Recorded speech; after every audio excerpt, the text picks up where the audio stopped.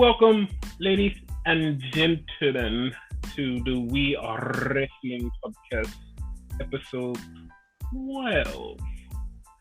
I'm your host, Viral Viper, aka Viper Freeze, with my co-host, The Renegade Enigma.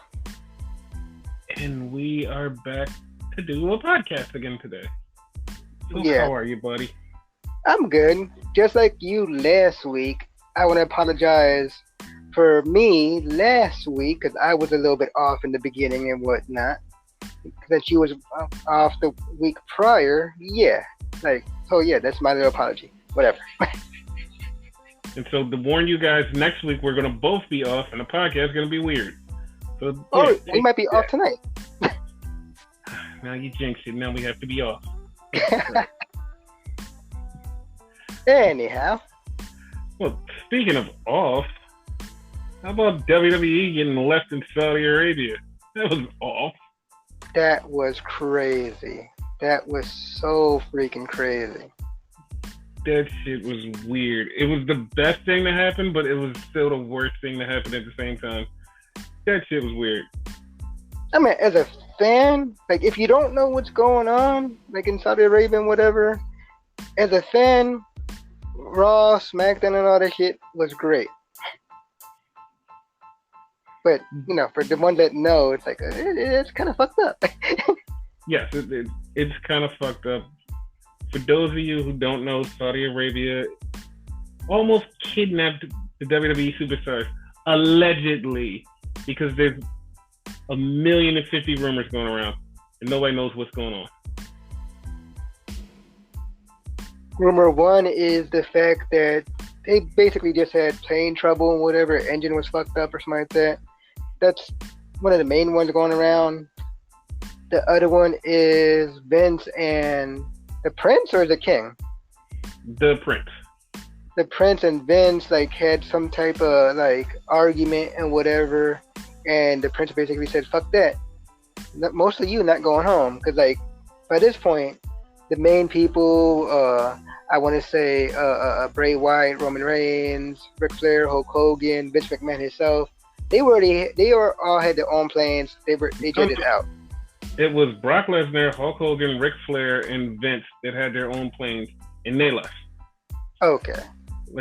They left, and so people are saying that this whole Vince McMahon thing leaving early is blown out of proportion because once the show is over, he usually leaves. That's what Corey Graves said. So this is not unusual. So I wouldn't expect him to stick around longer anyway. So he was gone. And then Brock was gone, Rick was gone, Hogan was gone. And then they tried to get the special people that had to be on SmackDown back that night.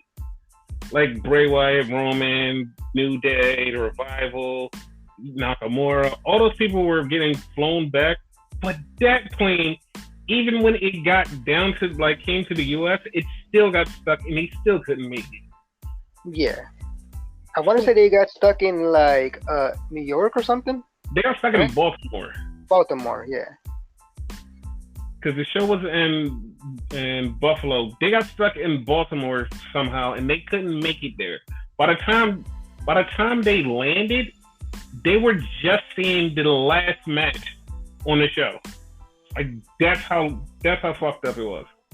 Yeah.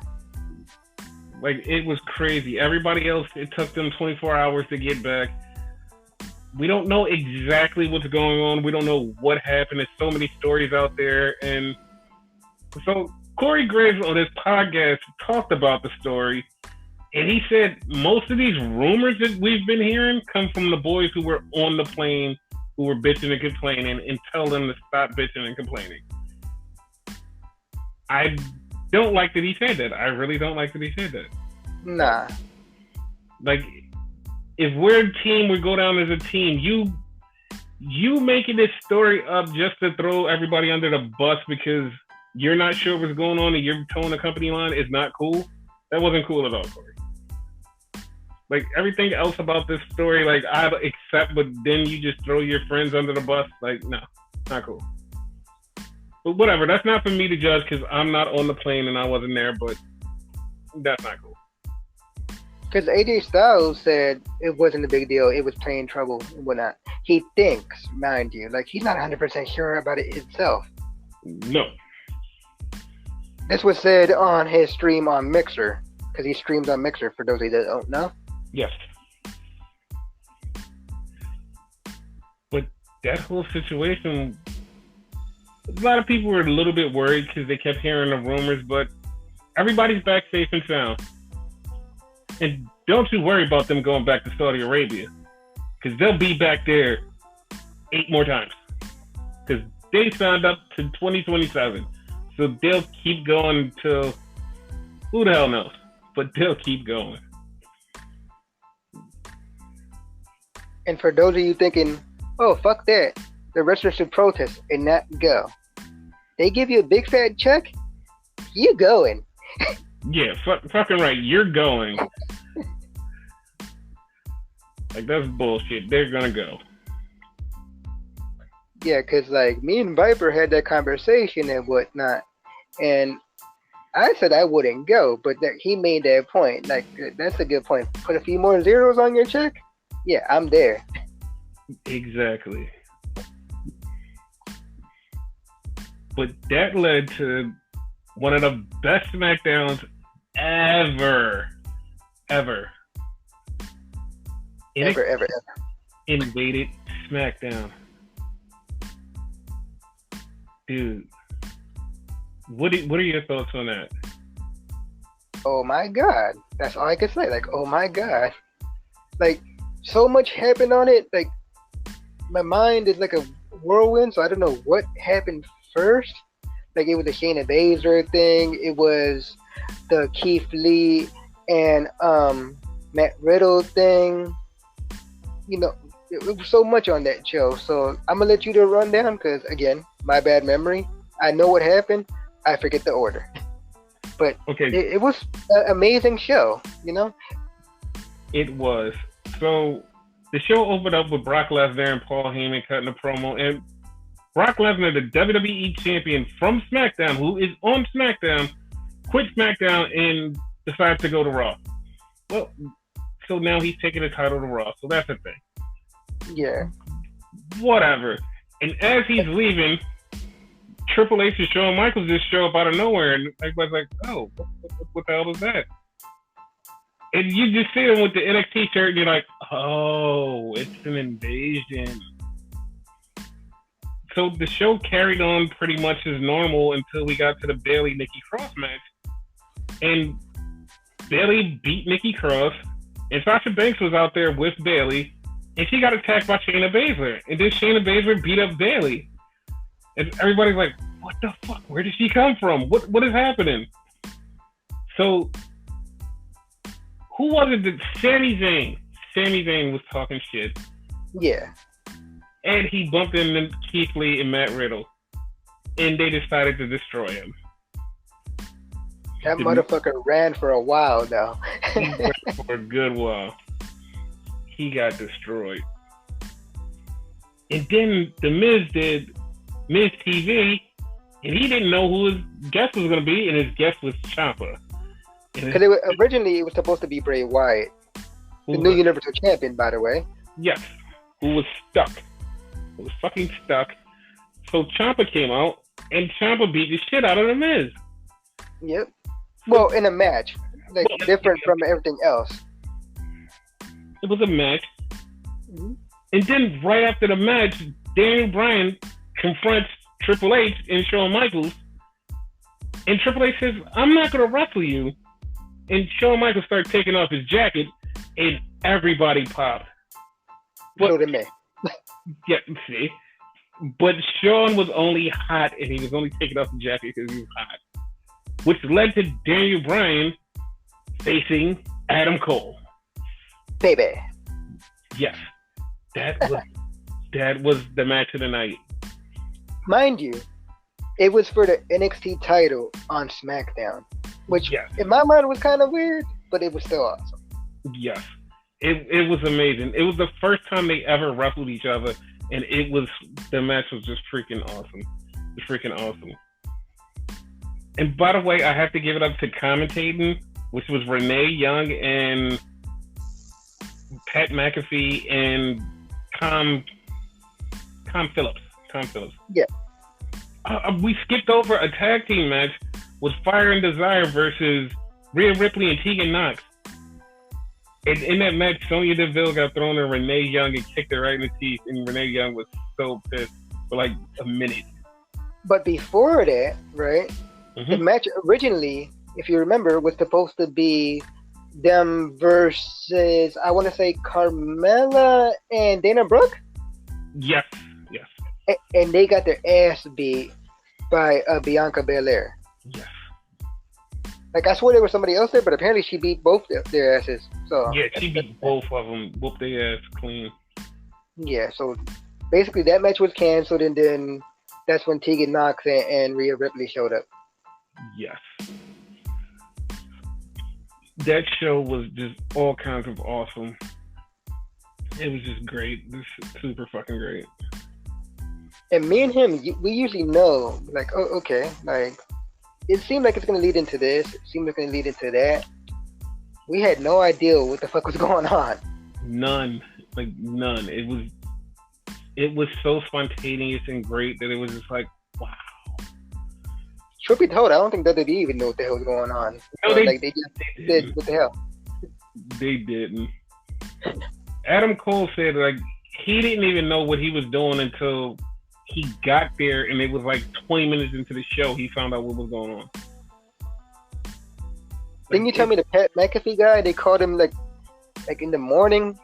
They texted him like 1 o'clock that afternoon and said, hey, we got a plan for you. Like, can you come in? And he knew what was going on, so he tried to get there. He couldn't get there, and he called the owner of the Indianapolis Colts and was like, yo, can I borrow a plane? Dude's like, yeah, I could get you there right now. And he flew him out, and Pat McAfee got there, and he called the show, and it was awesome. He's a good commentator, though. Yeah, he is. He's really good. Like, he just has a different sound and a different energy, and it's like, wow, like, this dude should do more commentary, but I don't know where you would stick him. Yeah, because every show seems good. Probably on SmackDown, since that's a two-man team right now. Yeah, that would be good. Yeah. Because everything else is booked. Like, you don't want to like do anything to NXT because that show is good. Yes.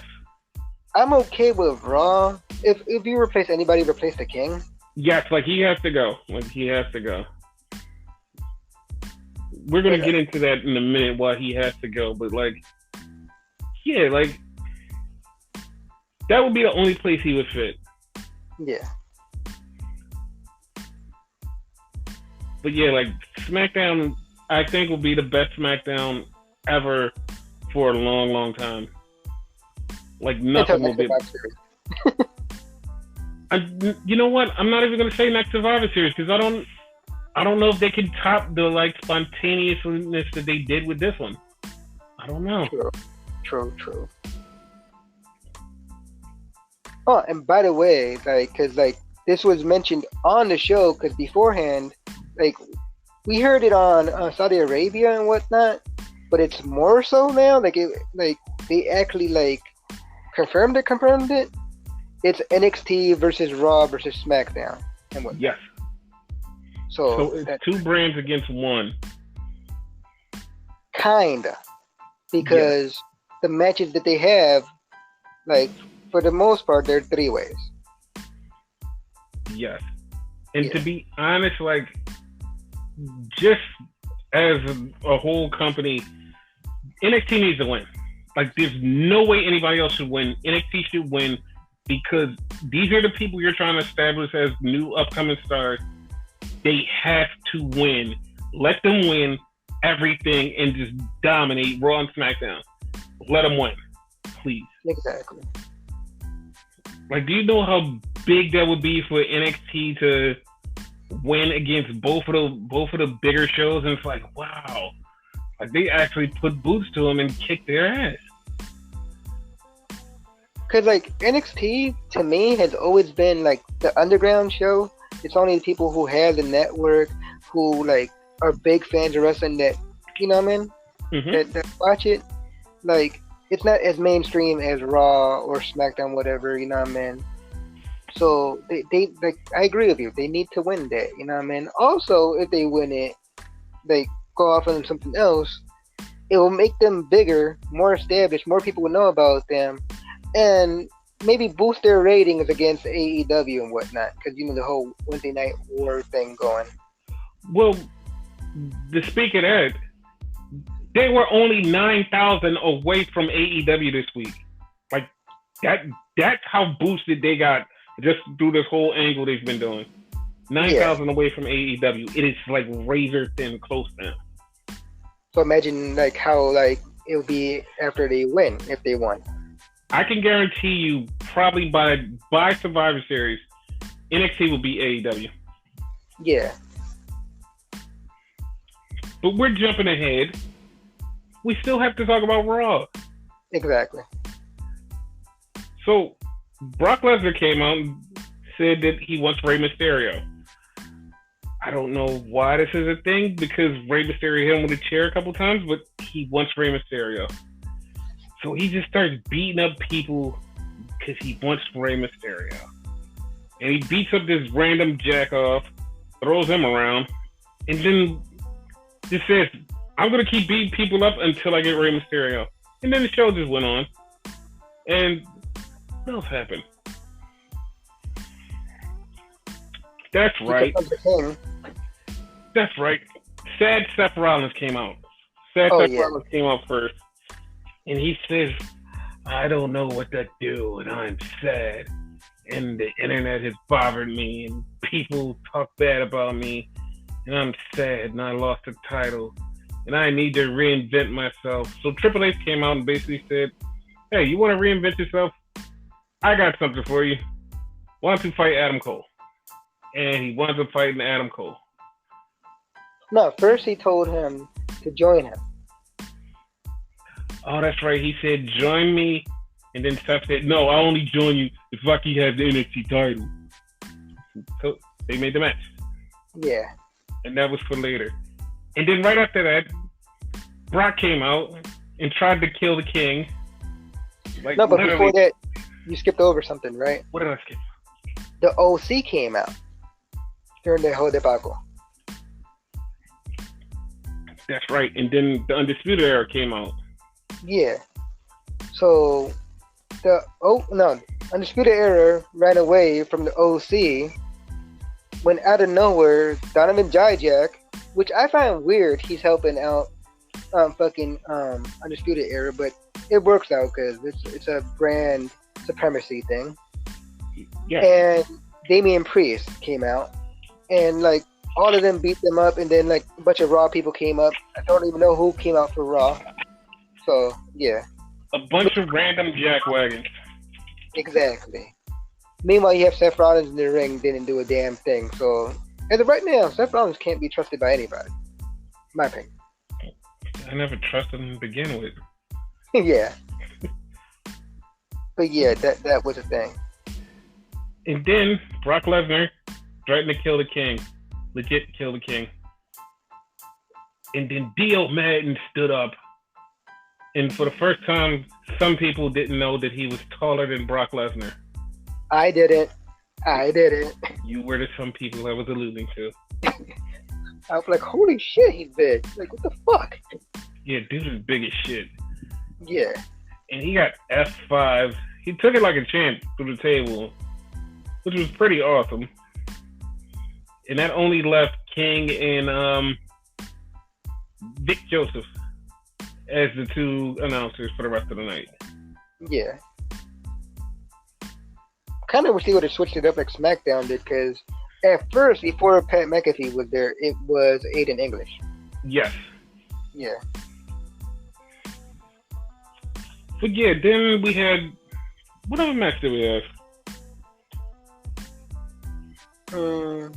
I know we had the Street Profits and Humberto versus the OC, where Jerry Lawler went out of his way to go to a 1990s racist joke by calling Humberto a jumping bean, which was wrong.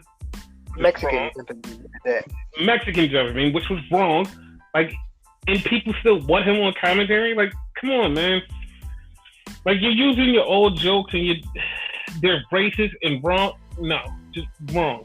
Wrong, King. Bad King.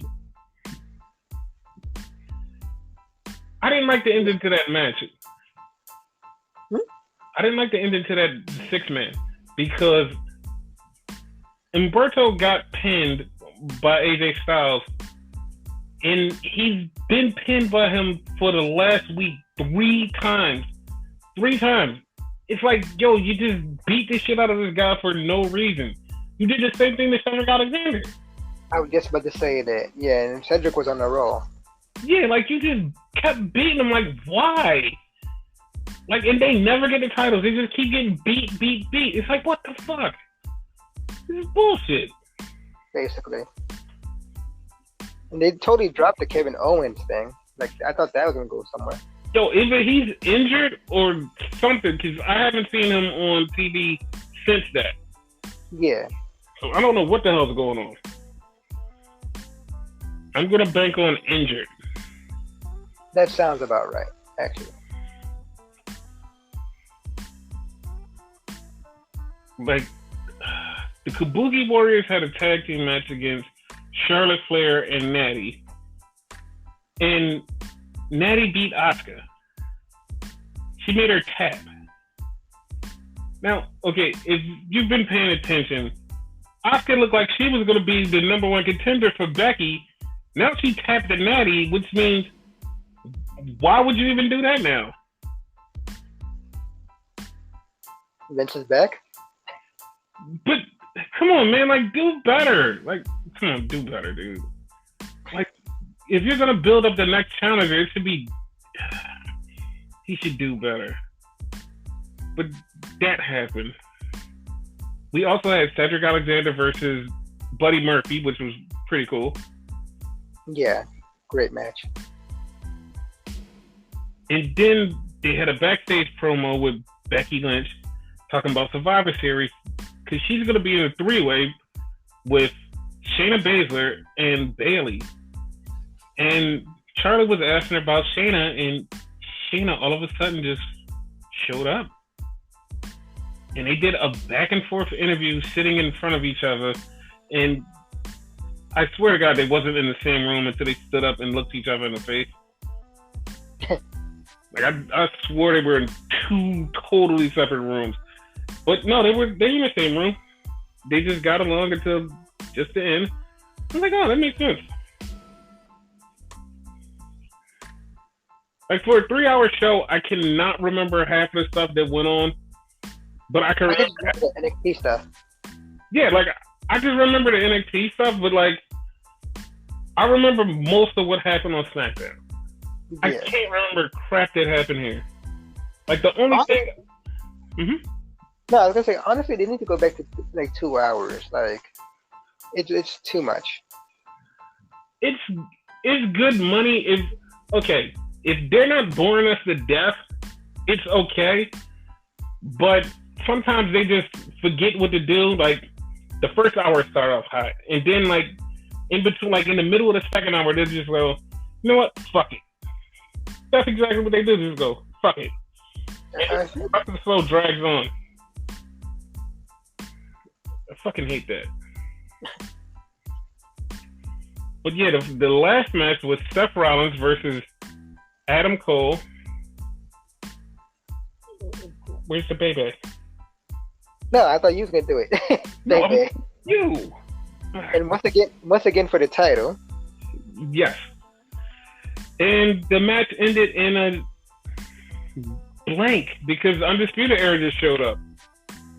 And then everybody from Raw showed up, and then everybody from NXT showed up, and it went back and forth, back and forth, back and forth. And Ricochet did a flip dive on the outside on everybody, and everybody's like, oh, that's cool. But then Keith Lee did a flip dive, and everyone's like, holy shit. Yeah. And then they went off the air with us being very confused as, now what? This is so awesome. Now what? What's going to happen now? Oh, we find out what's happening next. And so did somebody else. The Wall. The Wall. Oh shit. Yeah, because the OC showed up at NXT and attacked the Undisputed Era, and Bobby Fish hit the wall and lost a tooth. See? The funny part, this was before the show even started and whatnot. I want to say like maybe 5 minutes before the show even started. Yeah, because when the show started, like, Renegade told me about it. I'm like, wait, I have no idea what the hell you're talking about. He's like, no, they just showed it. It was on Twitter and YouTube and Instagram. I was like, dude, I have no idea what you're talking about. I just know the show's coming on. And then they showed it. I was like, holy shit. They whooped their Bobby Fish at a wall or something like that. And like Viper swears that it was ketchup or whatever, but like it was all this blood on the wall and whatnot. Dude, it was fucking ketchup. Like he slammed him, it was like splat. Like, nobody splat somebody. It's in a movie. It's ketchup. And then basically they laid them out and whatnot. So that was the thing. Allegedly, they took out Bobby Fish's tooth. Allegedly. Yes. And then they walked into the ring and said they're here. And they're ready for some competition. And then Ciampa came out and told them, welcome to the main roster. And that popped everybody, including the two of us. Basically. And the OC basically said, hey, it's just you. You ain't got nobody else. And then Keith Lee and Matt Riddle showed up. And they made it a 6-man. That was pretty cool. Which, by the way, Keith Lee, Tommaso Ciampa, and Matt Riddle are involved in another War Games match that was announced that night. Against the Undisputed Era. With a fourth partner that has yet to be determined. Yes. And it's funny how we broke that story 2 weeks ago, that there were going to be 2 War Games matches, and nobody believed us. It's like, no, you guys are wrong. It's not happening. No, we broke the story because we knew it was happening. So, yeah, we were right. You guys are wrong. Suck it. Suck it. Cool points over whoever knows where that came from. I bet you nobody knows. But yeah, who do you think is going to be the fourth partner? I really want to say it's going to be Donovan Dijak. I really want to say it's going to be him. But I don't know because they might switch it up on us. Yeah, NXT tends to do that. But yeah, like I agree. Like it has to be him. Yeah, because if they did switch it up, who would they switch it up to? Like Johnny Gargano's already fighting Finn Balor at War Games, so he already has a match. That's unconfirmed right now, but it's kind of obvious that that's going to happen. So I thought it was confirmed. No, like as far as I know, it's not confirmed yet. I thought they confirmed it. Well, they will. By the time this podcast drops, they'll probably confirm it. Yeah, exactly. But yeah, like, okay, Velveteen Dream's injured. You have Punishment Martinez in beef with Pete Dunne, which they had a match, and Pete Dunne won. But Punishment Martinez is Damian Priest, for those of you that don't know. I kept calling him Punishment Martinez? Yeah. Oh, shit. Damian Priest. Damian Priest lost the match to Pete Dunne, and Killian Damo came out to beat him up. Well, he beat both of them up. Damo? Killian Damo. Yeah. Wow. Nikki Cross knows what I'm talking about. Oh shit. But yeah, they attack him, which looks like that's gonna be a weird 3-way. But those 3 people are now locked up in a feud. Yep. So, what guy can you slot in that spot for the War Games? Like, who fits in that spot? you could possibly say the NXT Cruiserweight Champion, but now he has a number one contender, which is Angel Garza, so that's not a thing. Because Angel Garza beat Tony Nese, which was a great match. Great match. But even Tony Nese is like, he's not even involved. So it's like there's literally nobody else. Like, it has to be Donovan Dijak. If not him, only other two things it could be a totally new person. Because, like, NXT has people we have yet to see. You know what I mean? Right. And it's always been that way. Or someone from the quote-unquote main roster. Well, there's been a couple of hints that's been dropped over the last 24 hours that Luke Harper and Cesaro are looking to go to NXT. Okay. So it could be one of those guys. Like, who knows? I'm okay with that. Yeah, I'm okay with both of those. But yeah, like, we don't know who's gonna be in the match. We didn't know who was gonna be in the women's match, but that got cleared up. Because Dakota Kai fought Shayna Baszler, and Shayna beat Dakota. If Dakota would have won, Dakota would have been on Team Rhea Ripley. But she lost. So now she's not on Team Rhea Ripley. But Team Rhea Ripley did get a fourth member when Mia Yim came out to help with the beatdown. So now the team, Rhea Ripley's team is, of course, Rhea Ripley. Mm-hmm. What's her name? Tegan Knox. Uh-huh. Candice LeRae, and now Mia Yim. Yes. But now there's a problem. Because when Rhea Ripley picked Mia Yim in the backstage thing, Dakota Kai was standing right there, and she tells Dakota, "Sorry, I didn't pick you." And Dakota just looks so defeated and broken and lost. And she walks away, and the team is standing there congratulating each other and high-fiving. It set it up for a heel turn. I see it. It's a heel turn. Straight up heel turn. And Shayna has yet to pick one more person. Yes. On Shayna's team, it's Shayna, of course, Io Shirai, Bianca Belair, I believe. Yes, and Bianca Belair. Yeah. So they need one more person. So me and Viper both agree that it's going to be Dakota. Oh, it's definitely going to be Dakota. If they switch it up on us and it's somebody totally different, I don't even know what I do. I don't know what I do. I'll just look at the TV. But I don't know what I'll do. I just say good on you at NXT. Good on you. You got us again. Yes. You got it. Because NXT is known for flipping some shit up and having something that we don't know what the fuck is going on. Just like the ending angle, it definitely, no one knows what's going on, not even us. We basically know almost everything.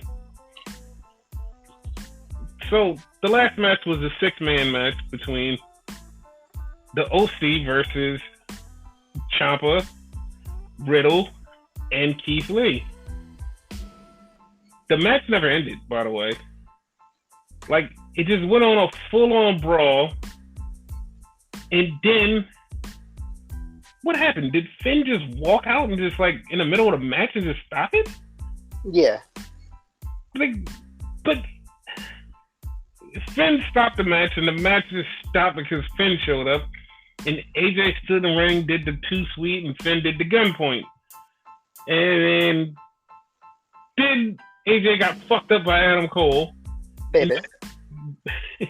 And then Adam Cole did the Undisputed Era hand sign, and Finn also did the gunpoint. First off, whose side is Finn on, and what the fuck is going on? Because for those that don't know, right? Adam Cole, Finn Balor, and AJ Styles are all quote unquote, I'm saying quote unquote for Adam Cole's sake, leaders of the Bullet Club. Yes. Along with Gallows and Anderson, they were also members of that too. So Finn Balor could actually go with anyone at this point, for real. That's what makes it so weird because they both have Bullet Club ties. So it's like, where do you go? Or do you do the whole Swerve thing, which is my spoiler alert? This is what I'm predicting will happen at the end of Survivor Series. That Finn takes the Undisputed Era in the OC up, and they just beat the living crap out of Raw, SmackDown, and NXT at the end of Survivor Series, and they stand tall as the new WWE version of the new Bullet Club. I could see that. I'm definitely, I want that to happen. I don't know how possible it is. Hopefully it's super possible, but that's what I want to close Survivor Series. Another thing I've seen that's been making the rounds is that Finn's not going to be with AJ or Adam. He's going to make his own shit. You know what I mean? So that's a thing. Now, my question is, and I don't think you could answer this because I sure as hell can't, who the hell will be part of his squad? That's tricky because if you're going to stick somebody with him, you have to stick somebody that's good. And right now we have, like, everybody else is put in different situations where you can't just pull them out and be like, hey, you're with Team Finn. Like, there's no way that you can put these people, unless you're just grabbing brand new guys that you haven't showed on the main roster and putting them in Team Finn, which is pretty cool. But other than that, there's nobody sitting there right now. Like, El Hijo de Fantasmo, like, he's signed with the company. Like, he would fit in, but also, he has his Los Ingobernables ties, so that would be weird. But you have Jake Atlas, who just got signed, who's sitting there. It's a bunch of people that's sitting on the main roster that are not being used and just down there that could be with Finn if you do it right, if you do this Bullet Club thing right. But that'll be the only people that they could use. They couldn't use people that's there and established because it's like, hey, we know where you guys got allegiances to. It's like, whatever. Do you think and I forget his current name and whatnot, but the former DJZ, do you think he would fit in that? Joaquin Wilde? No. He would be too much of a distracting because he would be like super party guy because that's still his gimmick, kind of. Yeah. But yeah, like that's where I see him. But he hasn't been there for a while, so like in his I think he just popped in my head. Yeah, like, but the Bullet Club would have to be a bunch of people that's like new and good and just that you could build a team around, or people that like were close to joining a Bullet Club before but never did. But or just saying. Not even gonna just throw this out there just random and willy-nilly, but you know, like Survivor Series is like at the end of November, like towards the end, and a certain villain's contract is coming up, so who knows? Like, who knows? He might just show up and be part of this new Bullet Club. You never know. I'm not expecting. Probably if I ever saw one, Marty. Yes. See, Doc, that you got it.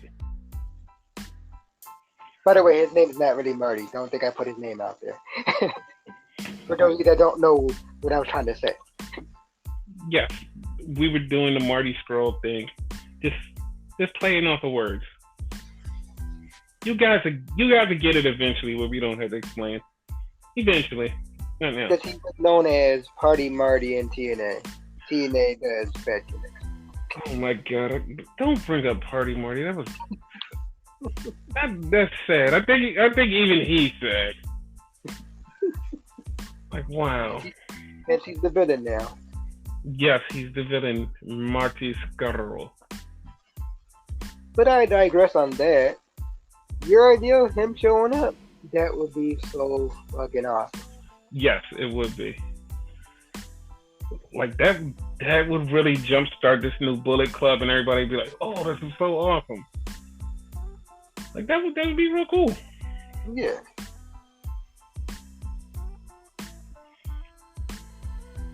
But now let's switch over to the other channel, and I was gonna call it Impact, which is not Impact, but we'll talk about Impact later. But AEW. What did you think of yesterday's AEW? I actually watched it. Like, I haven't watched it in a while, and it still feels bland to me. Like, nothing impressive. One noteworthy thing, and I'll let you run down the show and whatever, because you're way better at running down shows than me. The Cody Rhodes promo. That was phenomenal. And I'm not big on Cody and whatnot. I'm not hating on him. I'm just not big on him. And mostly due to him being an executive and whatnot. Like, I really don't like that, which he touched on. So that's a thing.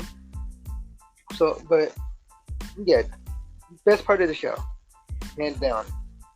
I think that was the best part, and also Jericho's mock promo that he did.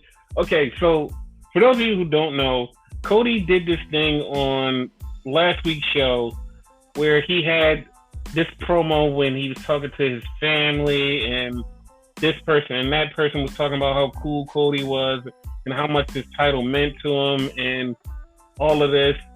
And Cody was saying he needs to win this title. And Jericho did a mock of that, which was really fucking hilarious. Because everything about it was just so dumb and hilarious. Sammy Guevara said that Jericho is the youngest AEW champion. Like, what the fuck? At 45, I believe? No, it's 48. 48, okay. Like, dude, he had this lady that was pretending to be his Aunt Bobski. Listen, for those of you who have not dig deep in the insides, Clint Bobski is the name of the dude from Southpaw Wrestling that Chris Jericho played. So that's who she is. That's his ex-wife. He said that on Twitter that was his ex-wife. So Clint Bobski's ex-wife, Sharon Bobski, who is Jericho's aunt. That is fucking hilarious. That's hilarious. Wow. This man is a fucking genius. Like, this whole thing was hilarious. And the part where Cody was driving around talking about how much, like, the day of the show is going to mean, Chris Jericho fucking drops around talking about the only thing I'm going to be worried about is where to get bubbly. I need bubbly for tonight. It's like, dude, what the fuck are you talking about? It is so fucking stupid that it was just like, yo, this was a great promo for no goddamn reason. None at all. Soul Train guy. Oh my god. Soul Train Jones, which is Virgil, which he can't use Virgil because it's all tied up in WWE. But he calls himself Soul Train Jones, and he's talking about how much, like, how long he's knew Jericho. This motherfucker said in the goddamn promo, I knew Jericho since he was 11 years old. Bitch, you two are almost the same exact age. You don't know him since he was 11. Oh my god. And then the funny part about that, he got off his fucking Olive Garden line. He talks about Olive Garden all the time, and he got it off in this fucking promo. And it was like, what the fuck is going on? Yo, and every time, like, Jack Swagger or Jake Hager, every time he was in the promo, he just was standing there and didn't say a goddamn thing. That pissed me off. They're like, yo, like, I was looking at it like, yo, is he going to say anything? Is he going to say anything? No, he didn't say anything at all. The whole promo. And the thing that popped me from LAX were the Proud and Powerful, like, I don't know if it was Santana or Ortiz was like, yo, Jericho's going to beat your ass. Dead ass, yo. Dead ass. I think it was Santana. Like, yo, what is wrong with you? He's like, yo, dead ass, B. Like, yo, he is so New York. dude, like that promo was so fucking funny. Just so funny. And the best part, in the beginning when he was fucking picking champagne, that was a mock on Brandy and Cody when they were in the house and Cody kissed her on the cheek. What the fuck did Chris Jericho do? Kiss Sammy Guevara on the fucking cheek. Just the fucking genius of this. It's fucking genius. Just, if you watch anything from AEW, those two promos, watch them. Fucking awesome. One is a straight shoot promo. The other one is a fucking hilarious promo. Just fucking awesome.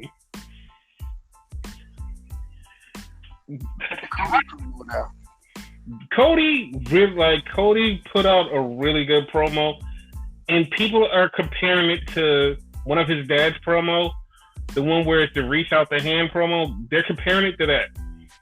I'm not gonna say it's that. It's good. It's damn good.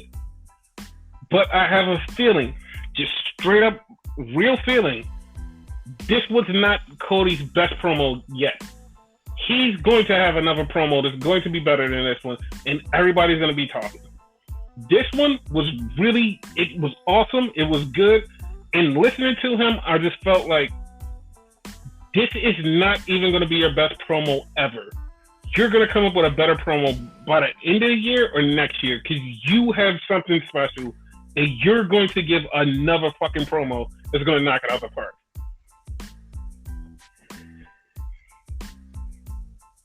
How do you feel about it? It was awesome. I mean, long story short, like I said, my issue with him is that he's a executive and whatever. He covered it, said, okay, like, since I am, like, basically head of the company, if I lose this, I'm no longer going to go, like, this is going to be my last shot. I'm no longer going to go for the AEW title. So, like that kind of made me, like, feel some type of way, like, okay. Hopefully it's true. Cause I see him losing. I think he's gonna lose. Like, he's this super sympathetic babyface right now. Everybody loves him. Yeah. I just think he's gonna lose somehow. He's gonna lose, but that promo was like, it shocked me because it was like, yo, you really had an amazing promo. Like, fucking knocked it out the park. But like when he, the fact like Jericho called him like a spoiled bitch or whatever, and then he turned it on him. He called him a millennial entitled bitch, and then he turned it on Jericho and called him a dick. He called him a something dick, and then he called him also a carny succubus. He said Jericho leeches off of the newer generation. Like, he can't do anything on his own, so he leeches off the newer generation because he's over and washed. And it's like, dude, that's fucked up.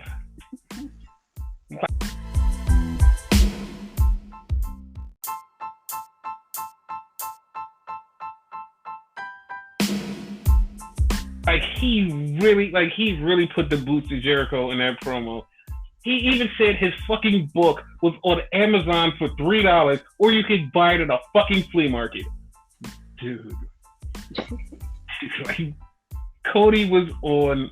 He was fucking on. And he said Jericho was like, you call me a silver spoon kid, but your dad was fucking Chris Irvine, who was a fucking Hall of Fame hockey player. It was like, oh wow, like, you know, he's right. Like, he's right. He's fucking right. Everything Cody said was like fucking right. You're right, pal. You did a great job. Yep. Like he impressed me, and like I've been down on AEW for a while. For me to like something off that show and for me to get popped, yes, he did good. And I enjoyed the shit out of that. The show was pretty much normal show building up to the pay-per-view. Shawn Spears had a match, and I had no fucking clue that him and Joey Janela even had beef. But Joey Janela came out after the match and basically challenged him to a match at the pay-per-view. I was like, Okay, well that's a thing. What else did we have? We had all right. So I was a little peeved about this earlier this week. I'm still a little bit pissed off about this. They say wins and losses matter in fucking AEW, but I forgot her name. Oh Jesus! Like this just sucks. But the girl that's going to be fighting Rio for the title, I forgot her name. They gave her a title match. She has one win, and she had a title match. And it's like, dude, you have other undefeated chicks that have never lost. You've not even given them a title match. You're going to give her a title match? Whatever. But they had a tag team match, and she pinned Rio. She pinned her in the middle of the ring. It's like, all right, you kind of justified it, but at the same time, you should have made the match after she pinned her. Like, that would have made more sense. That's the whole reason Cody's the number one contender, because, like, he has the most wins right now. Yes, he's super undefeated. Oh, he's still okay. He's super undefeated. Like, he has not lost a singles match. Like, a singles match he has not lost yet. And it's like, okay, that makes sense. That's why he got the title match. This chick, like, she got the title match. She didn't have any wins. It's like, what the fuck? But whatever. They're still trying to fix it. They could have went with Britt Baker. They could have went with Bay. No. See, I'm okay with them not having that match because just to throw it out there, Britt Baker cut one hell of a fucking promo on the AEW YouTube channel. She would have been the promo of the week, but Cody had a better one. But she cut one hell of a promo. Yeah. Cause she's pissed off at B Priestley, and she wants this rematch. She even threatened to dislocate B Priestley's jaw and rip out her fucking tongue. It was like, oh shit, she's serious. Yo, Britt, she came with some shit in that promo. But her and B Priestley have a match in Full Gear now, and I can't wait. Well, I'm not watching it, so. You might. Not because I'm hating on it. It just, like, those pay-per-views are too much. Like, they need to, like, do something where, like, it'd be cheaper. Then I probably tune in. Yeah, like, if they were cheaper, then they're definitely going to be in. But, what else happened on the show? Oh, the main event. Chris Jericho and Sammy Guevara versus Hangman Page and Kenny Omega. Match was good. Match was great. Didn't like how it ended. Didn't like anything after that. But hey, sure, whatever. So Pac comes out, kicks Hangman Page in the ball. Page gets beat. Match is over. But then they're beating him down. Cody shows up. Cody and Chris Jericho have beef. They fight. All right, cool. You guys have a match. So while all this is going, Moxley shows up to beat up Kenny. It's like, all right, this is too much. Like, bring it down just a little. Nope, keep going. LAX gets added in. You're like, all right, well, we know what's coming next. The Young Bucks show up. All right, Jake Hager shows up. MJF shows up. And it just keeps going until everybody that's on the card that are elite have this big showing with everybody in a fucking big brawl at the end.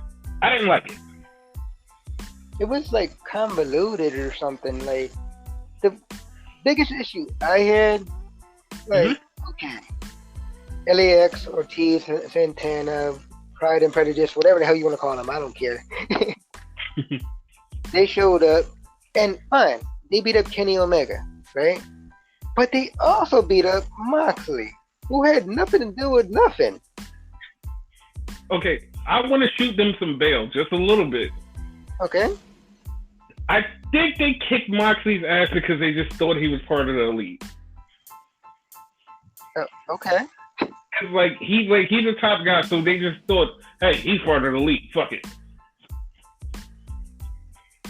I don't think you're part of the league. You're trying to kill Kenny. That was the thing. Oh well, Hangman Page will probably figure out how to do that in the next couple of weeks.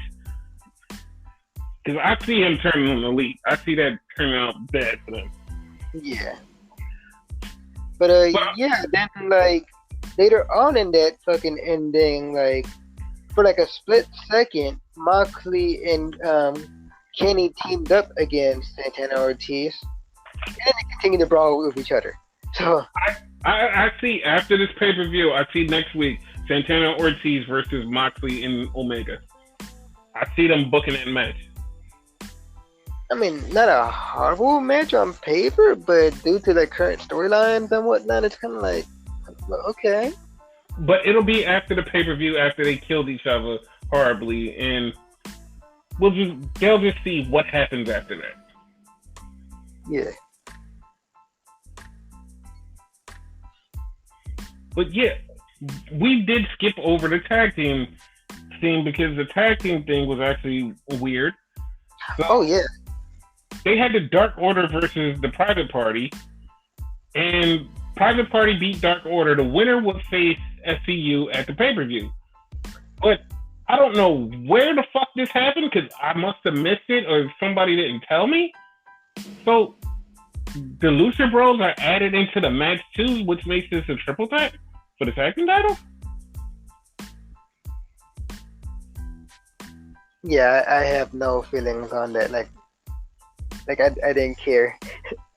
Like I don't understand. Like, all right, the Private Party should have their own tag team versus tag team match. Like, how did the Lucha Bros get added in when they already lost to SCU?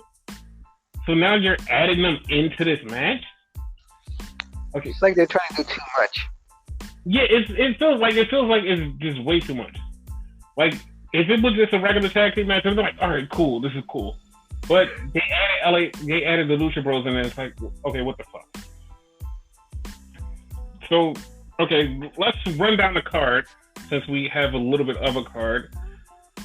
We have the the triple threat for the tag team titles: the Lucha Bros versus SCU versus Private Party.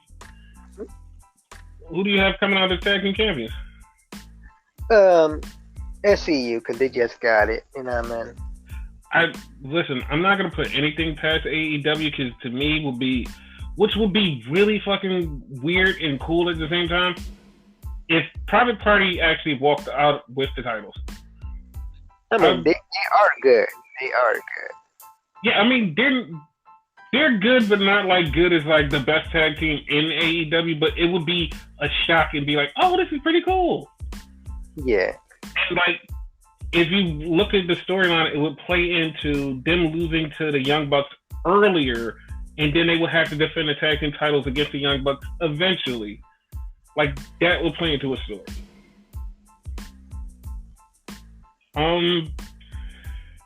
So yeah, that's our picks on that one. Who do you have with Britt Baker versus your Bay, Bea Priestley? You said it, Bay. I'm going with Britt on this one.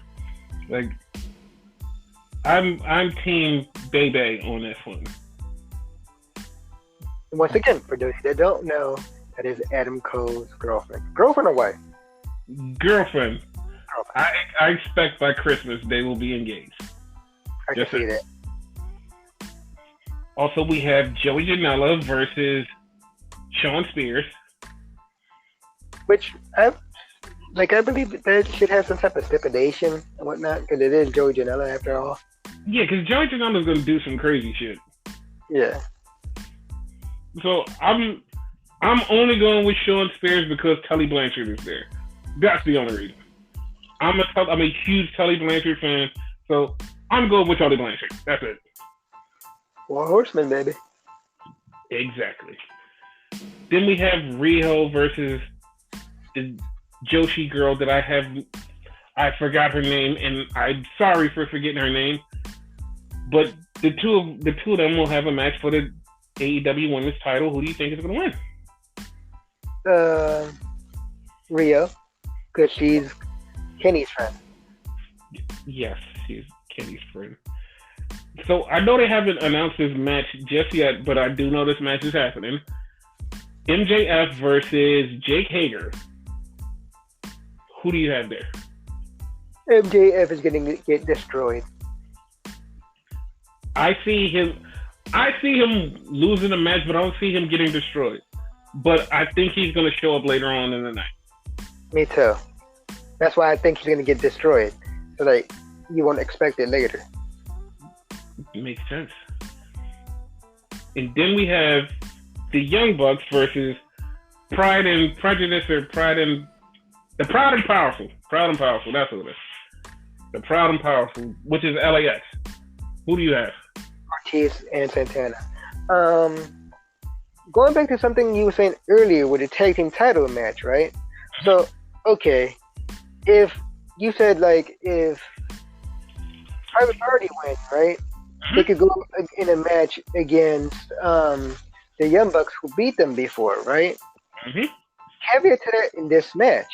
Now, if Power and Pride or whatever the fuck, Santana, I'm gonna call them Santana and Ortiz, beat the Young Bucks, then they should go against Private Party if they win.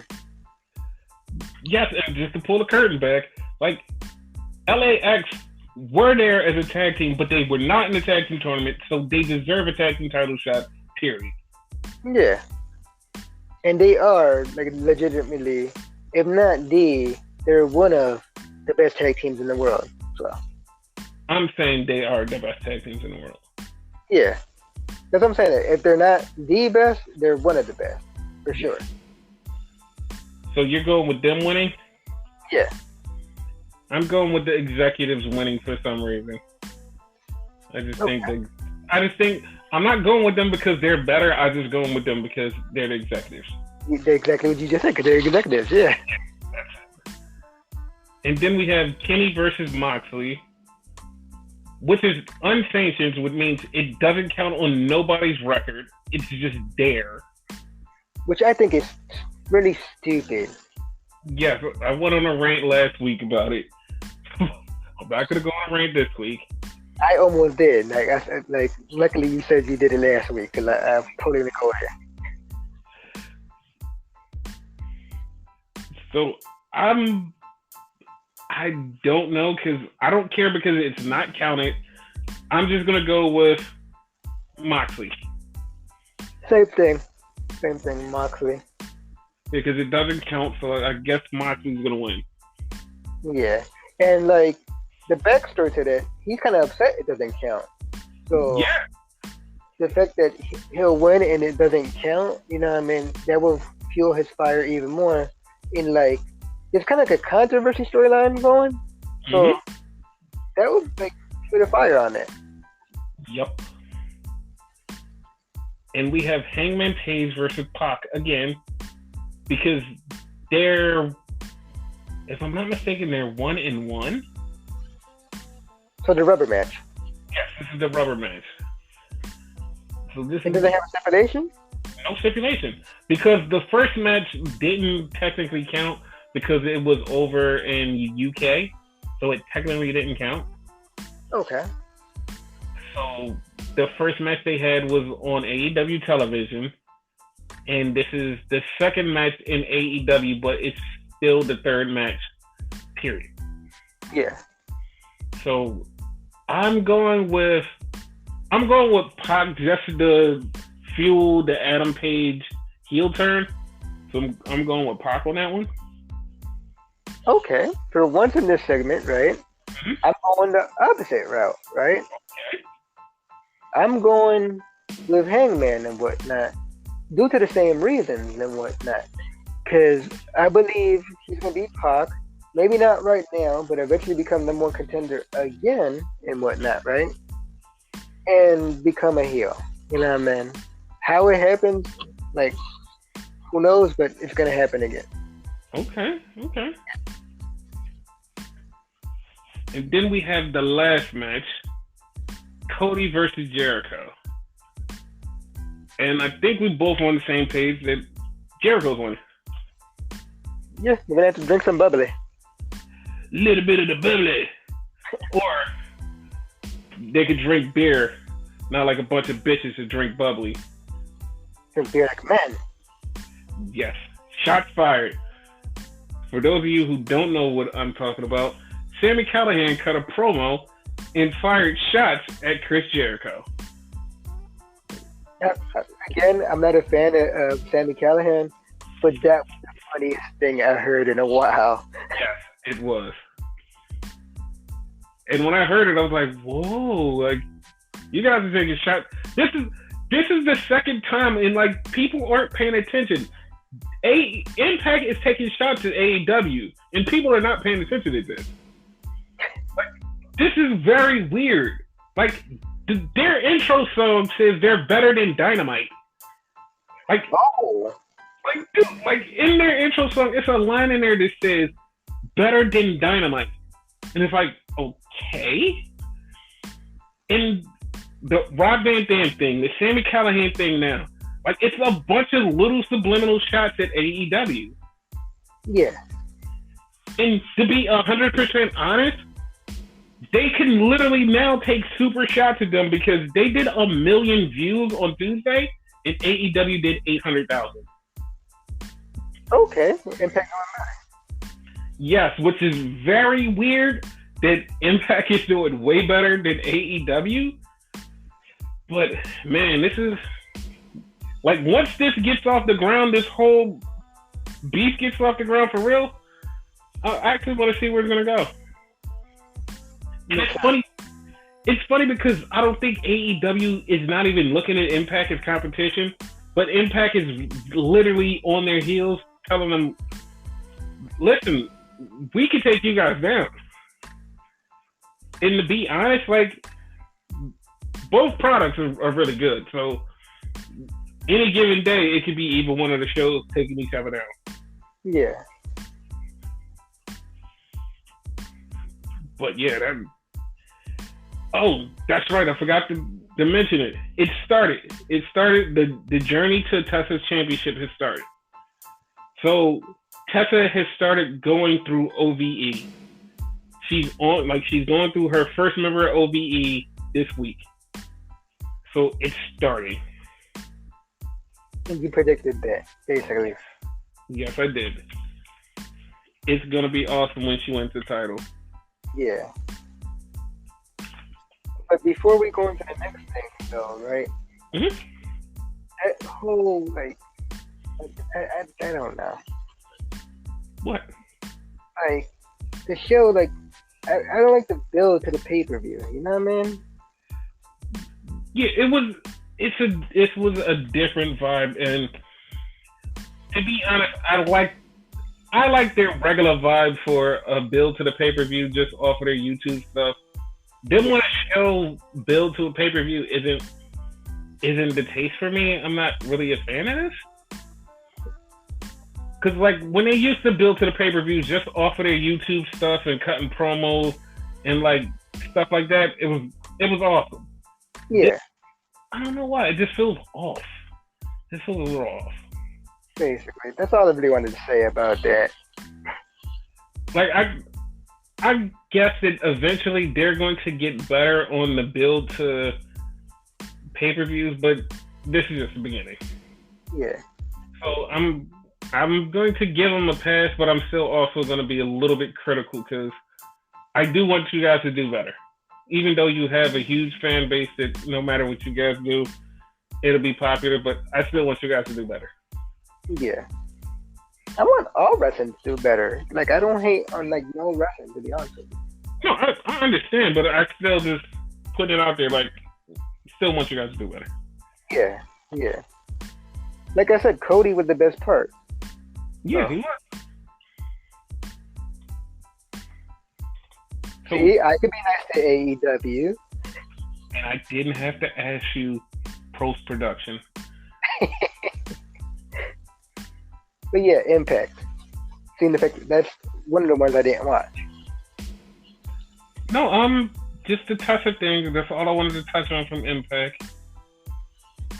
Because I'm really high up on Tessa going for the title. Yeah. So am I, actually. Yeah. That'd be an awesome thing. But yeah, I wanted to get into Power because I wanted to talk to you about Power because you had some things to say about Power that I wanted to hear. Okay, I'm becoming more and more of a fan of Power. Like, I'm loving this show, right? But it's a fucking mind fuck. Like, I don't know who the faces or who the heels half the time. I'm gonna tell you like an older person told me. Okay. You just cheer with your heart, whoever your heart picks. That's usually what I do anyway, though. So, I tend, like, we both tend to like the heels, so. Yeah, we do. But it's just like so confusing. Like, there was a segment there with Thunder Rosa, Marty Bell, and what's her name? I know her last name Kay. Allison Kay? Yes. Allison Kay. There was another segment there with oh my god, I almost called him Tony Storm. What is his name? Tim Storm. Tim Storm. What's his name? Nick Aldis, and they were talking about what's his face? Eli Drake. Eli Drake. You know what I mean? Like, you don't know who the heel is and who the face is. I can tell you one thing. I'm gonna keep saying it until it's official. No, don't trust Eli Drake. No one trusts Eli Drake. Fuck that. He's not a trustworthy guy. Wait, why don't you trust him? It's something off about him. I don't trust him either. Wow.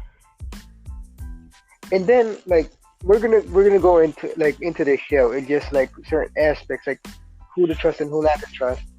The third kid, like, he's the face, but he comes across as a heel. Yes. Nah, man. Fucking the whole tag team situation and whatever. Like, Eddie Kingston should not be a face. I was thinking that, but I was like, you know what? Let's see how this goes. He should be a face. Yeah, he shouldn't be a face at all. But I'm gonna give it a try. Like, just fuck it. Let's see what happens. Fucking the whole like James Storm. It's too many fucking storms in wrestling, by the way. Fucking James Storm and what's his name? See, that's how. Huh? Tim Storm or Colt Cabana? Colt Cabana, yeah. Like, who the fucking heel and face there? Because just last week it seemed like James Storm was a fucking heel, but he's the face this episode? What the fuck? He was a little bit of a face, but no one ever boos Colt Cabana because Colt Cabana is fun and weird, and everybody loves Colt Cabana. Colt Boom Boom Cabana, apparently. Yes, Boom Boom Colt Cabana. But yeah, run down the show for the audience and whatnot. So, early in the show, the Dawsons have a match against two jobbers. And they beat them up, and they just come out and they basically talk shit and like, yo, we want our tag team titles. They like, we want our tag team title match. So, basically, they said what they said. And Eddie Kingston and Homicide was like, listen, we're number one contenders, right? We'll put our titles on the line. We'll put our title contendership on the line. If you guys face us, you don't have to put up anything. You guys face us. Accept the challenge? Yes or no? The fucking Dolphins leave. They're like, and even the announcer guy was like, dude, like, you guys have nothing to lose. What are you doing? Just say yes. Like, you have everything to gain and nothing to lose. And the fucking Dolphins just leave. It's like, what the fuck? Cornette was upset about that. Because it was like the easiest decision to make. Like, we're giving you everything. All you have to do is say yes. They said no. It's like, what the fuck? But they left.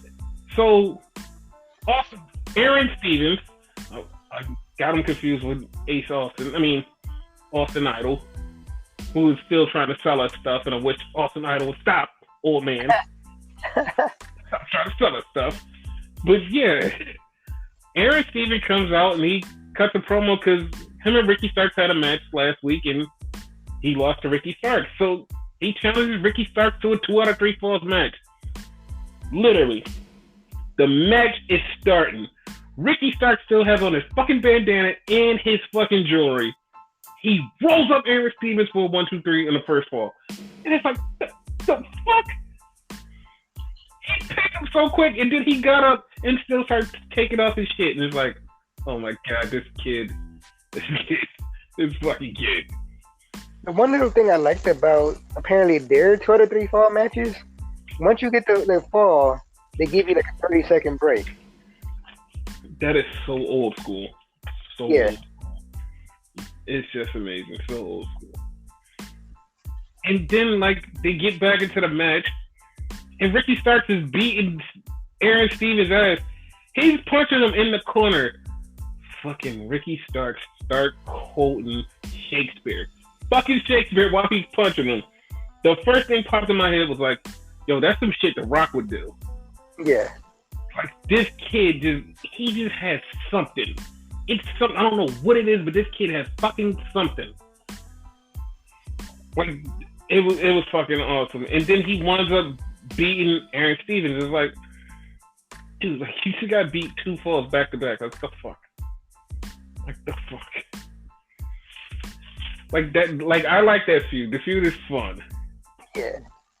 Then we had Thunder Rosa versus Ashley Vox. Thunder Rosa beat the shit out of Ashley Vox. Like, she fucked her up. I'm like, just full disclosure, I think I'm getting a little crush on Thunder Rosa. She's badass. Oh, she's your Babe Priestley. Yes. Cause she's like, I've watched her before, but now it's like she's like more of a badass. It's like, there's something there. Yeah. And she whooped her ass, and then Marty Bell came out to cut a promo, and Marty Bell was like,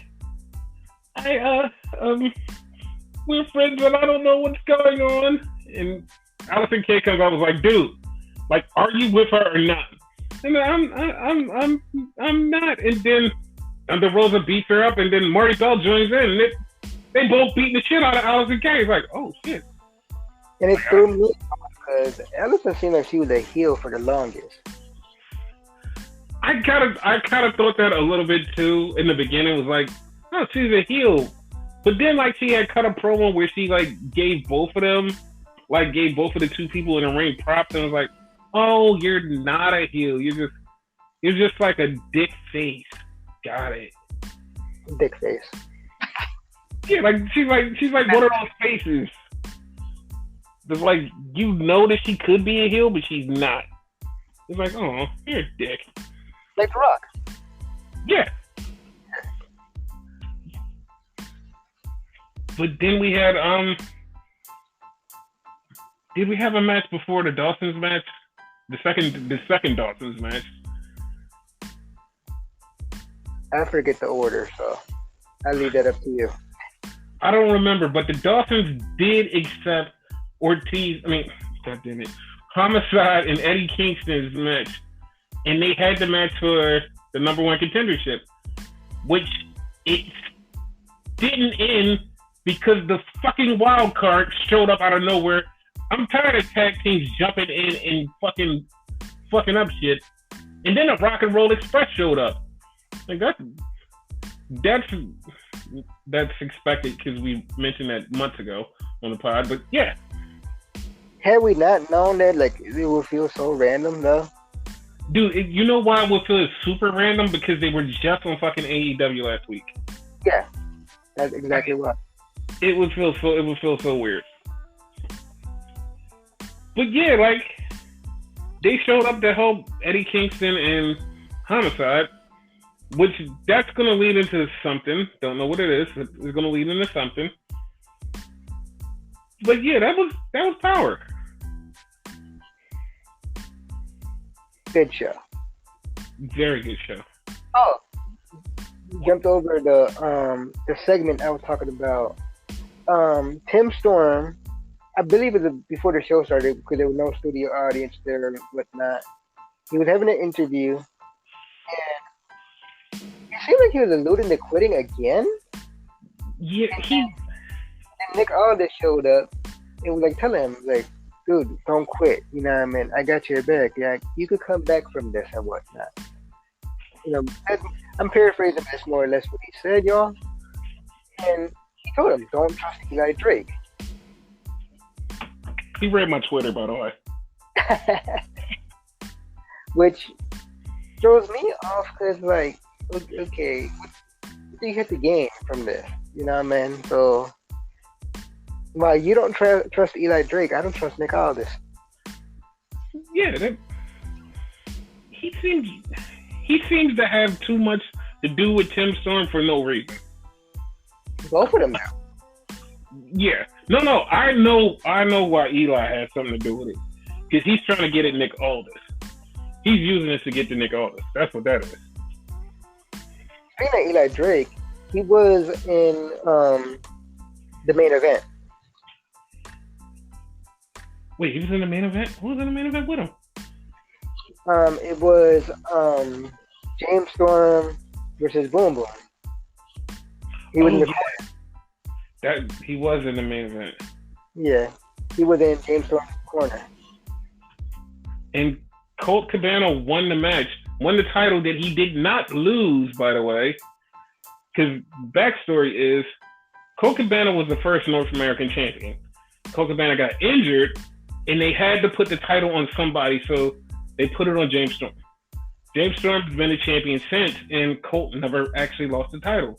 So now he has a title back. Yeah. So yeah, that was pretty cool. What weirded me out, like James Storm basically, like, he gave him his props, like a good guy would. Yeah, that confuses me too. Like, all right, which one are you? Because I know you want Nick Aldis, but what the fuck are you doing now? Like, are you a good guy now, or what? What the hell? And at the same time, fucking Cabana came out with Mr. Anderson. Anderson. Got you. And I know I'm gonna regret this, but I trust Mr. Anderson. I trust him. I trust Mr. Anderson. I trust him. I'm just saying. That's the thing, though. Like, correct me if I'm wrong, but Cabana didn't cheat to win. He didn't at all. Like, he won fair and square and whatnot. Not to say that James Storm cheated either, because I don't think he did either. But you know, no. It was the a fair match. whole thing was that Eli Drake like got on the apron for some reason. Yeah, because he's a dick and he's a cheater. Yeah. Don't trust him. Not at all. Goddamn Eli Drake. Cheating ass. But yeah, your new North American champion. It's North American, right? Yeah, it's North American. Colt Cabana. Boom, boom. Yeah.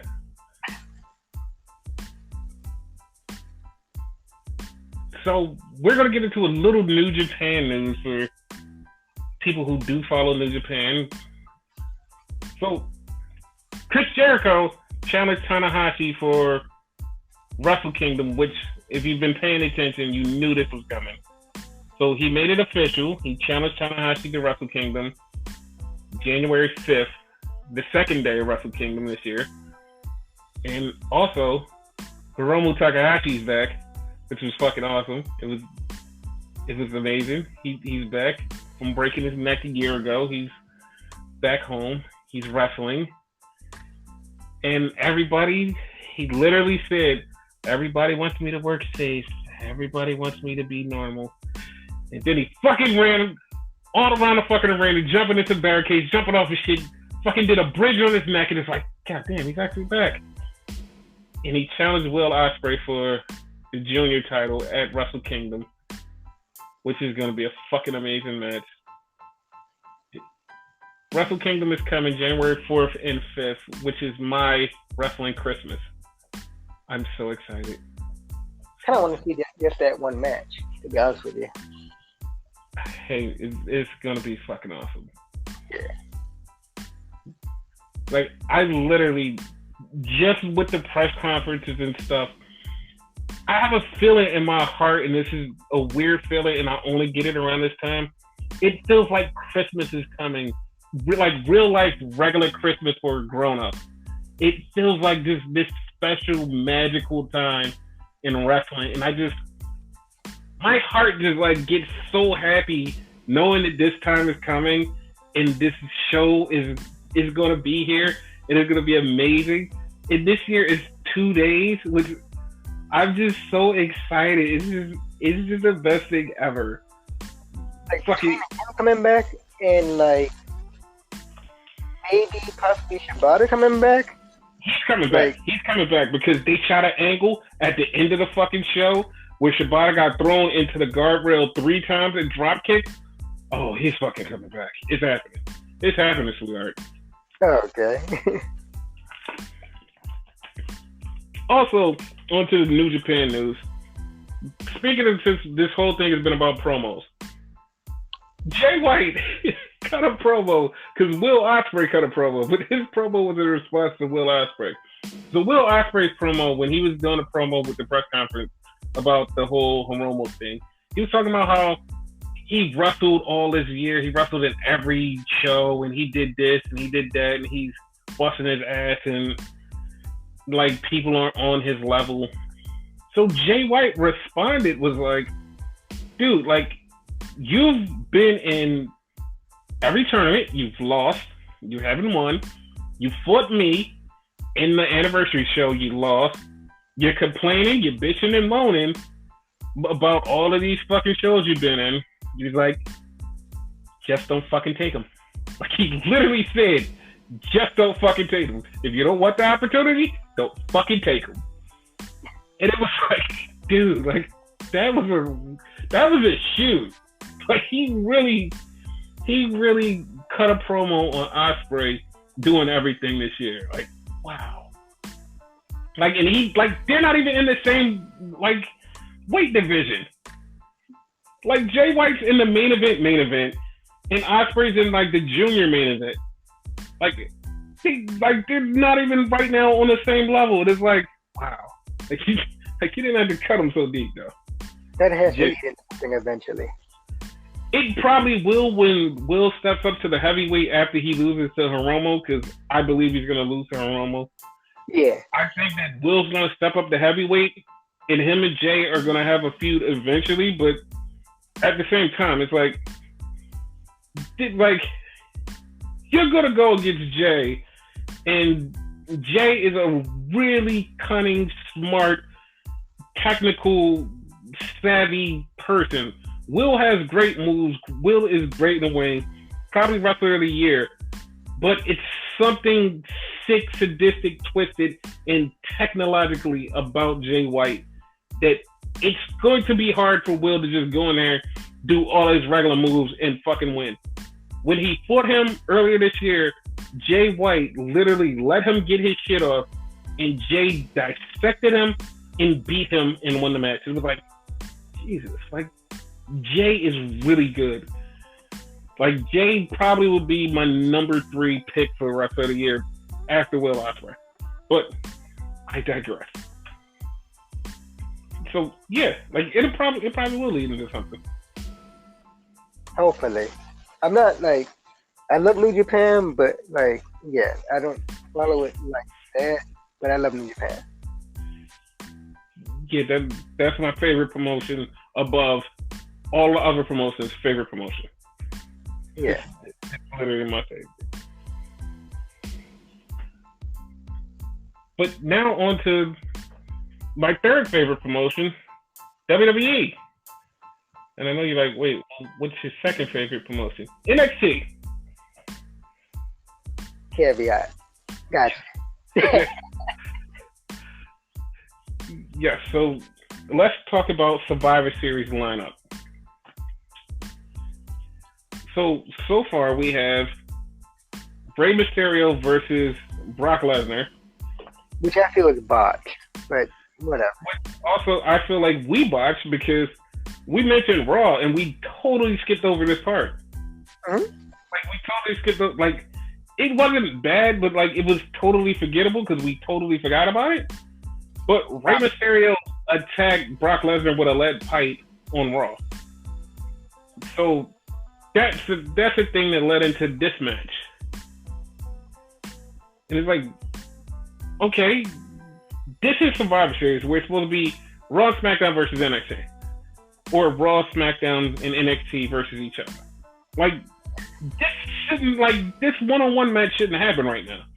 It should happen either before or after that pay-per-view, but not on the pay-per-view. The match should actually be Brock Lesnar, the WWE champion, versus the Universal Champion, The Fiend, versus Adam Cole, the NXT champion. That day. Exactly.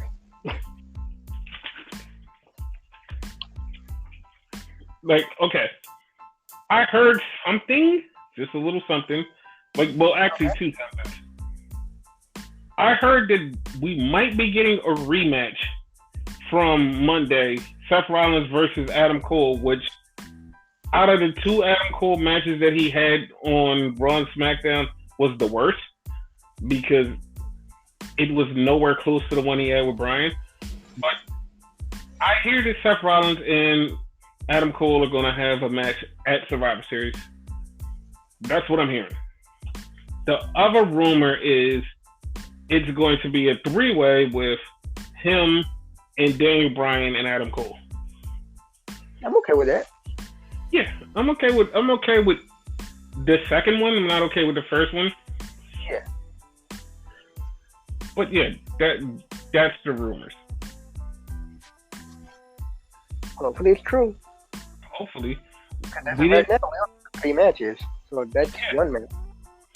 We didn't touch on the tag team match, which is the Revival versus the War Raiders versus Bobby Fish and Kyle O'Reilly, which, spoiler alert, guys, if you listen to last week's podcast, all of these matches except for the Brock Lesnar match, we had predicted. Pretty much. Like we totally did a rundown on these matches last week. And I think I'm still standing with the NXT Tag Team Champions as the winners. What about you? That's going to be undisputed. Yes. And then we have the women's title match, which is Shayna Baszler versus Becky Lynch versus Bayley. Bayley, yeah. Who do you have winning this match? Honestly, like, Bayley's the wild card because, like, there's emphasis on Becky and Shayna. So she's going to come away with the win because the one thing, well, Shayna does have the other 4 horsewomen with her, the MMA 4 horsewomen, mind you. Yes. And Bayley has Sasha with her, so that's the thing. Yes, I see them actually get into something right there. It might actually lead into the 4 horsemen. I don't know where it's going to lead into, but it's going to lead into something. It looks like it's going to be weird, but it's going to lead into something. Probably eventually the 4 horsewomen versus 4 horsewomen when Ronda Rousey comes back, because she's due to come back eventually. I hope she comes back really soon. Yeah. Like, I really hope she comes back either by Survivor Series or after Survivor Series. Hell, during. Yes. Yes, I'm okay with that. Yeah.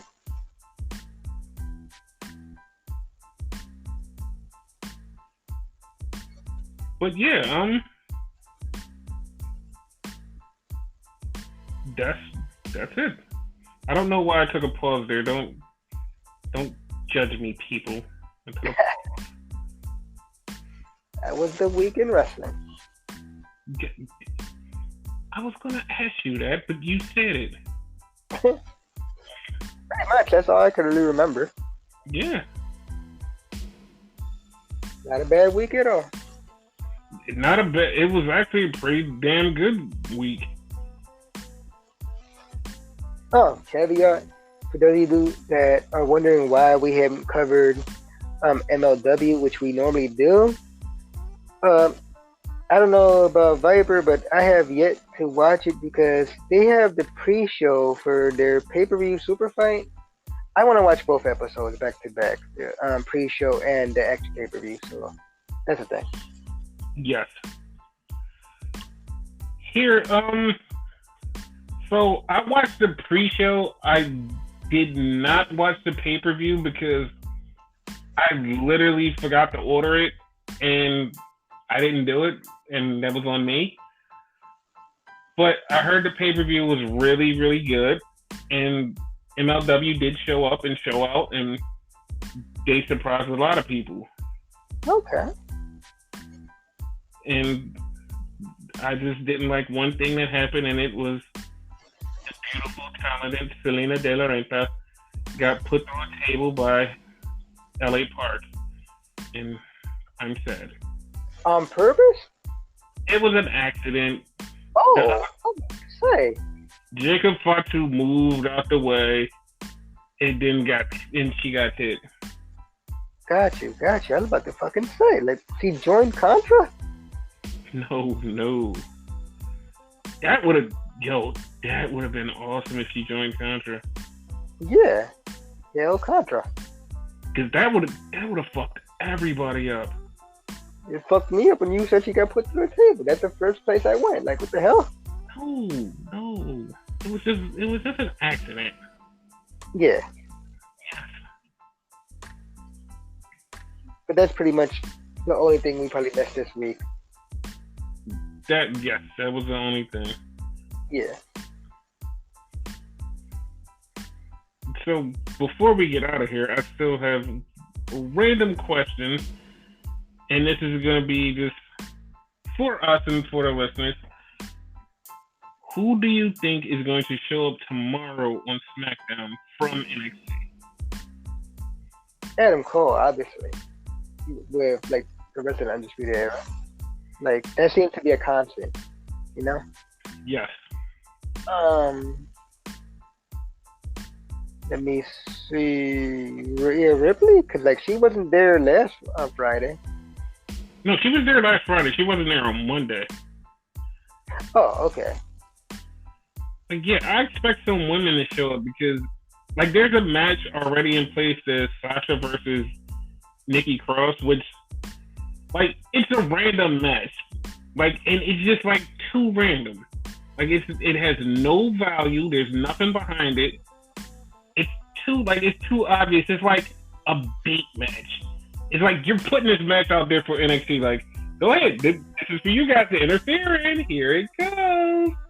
At the same time, it's not all that random because last week, Bayley faced Nikki Cross, so that's the thing. But here's the thing. It was for the title, and Bayley actually won. So she won clean. There's no beef with her and Sasha. Like, there's nothing really tying it in here. It's just like, this is just like, to me, it seems like a carrot for NXT to attack.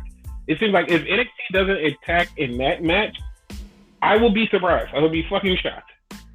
It's perfect time to do it. Yeah. Because this match just seems like too random, and it's just like there. It's just right there.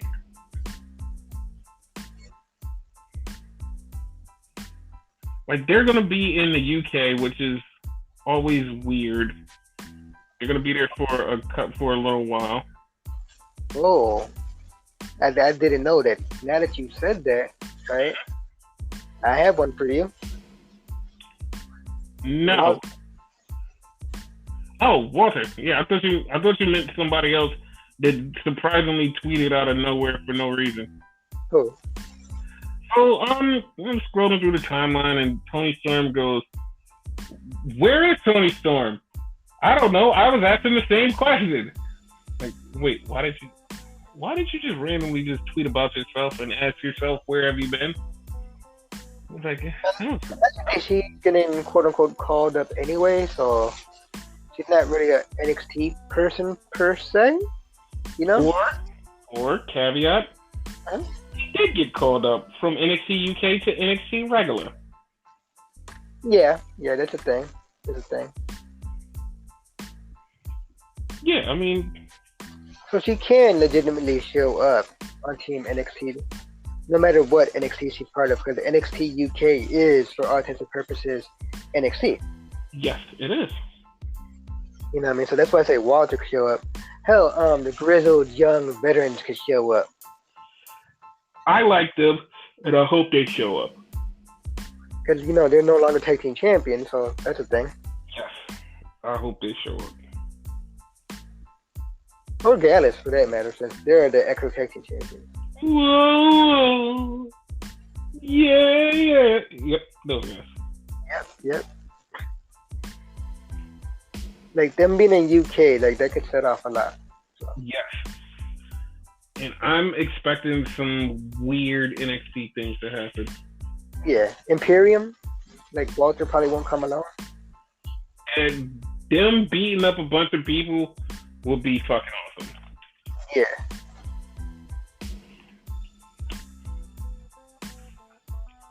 There's literally so much you can do with this NXT versus Raw SmackDown thing. It's so fucking much. That, like, this is a great period in WWE. The unfortunate thing is we're gonna go into a lull for a month, and then we get right back into the Royal Rumble swag. Yeah. Which I'm calling it now. The winner of the female Royal Rumble is Sasha Banks. That's it. That's my pick. I'm not changing it. That's my pick. Staying there. No, I actually like see that. Like, she's on like a real high right now. So. Yes. Well, not literally. She's not high now.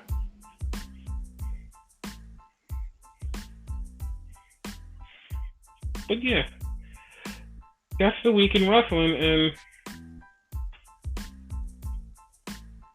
That's got anything to say? Nope. Yeah. And on that note, Scarlett Bordeaux is going to be the smoke show at NXT, and fuck this shit.